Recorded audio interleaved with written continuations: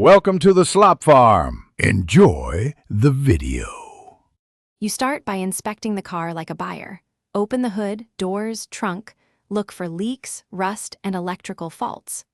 Once done, photograph the key problem areas from multiple angles so nothing is missed.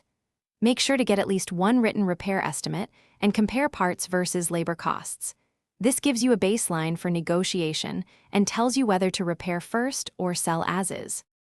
You now compute realistic value, collect comps for vehicles in similar condition and mileage, then subtract your repair estimate. This shows the dealer-adjusted value. Once done, include typical dealer fees and local tax impact so your offer threshold is accurate. Make sure to weigh options. Sometimes fixing a single safety item adds more than it costs.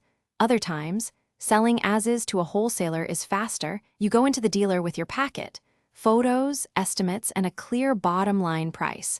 Present these calmly and state the repair's impact on value.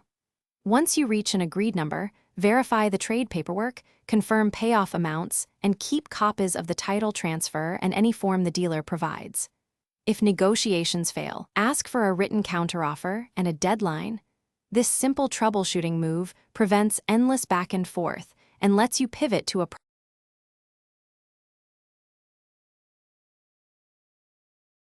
Thanks for watching.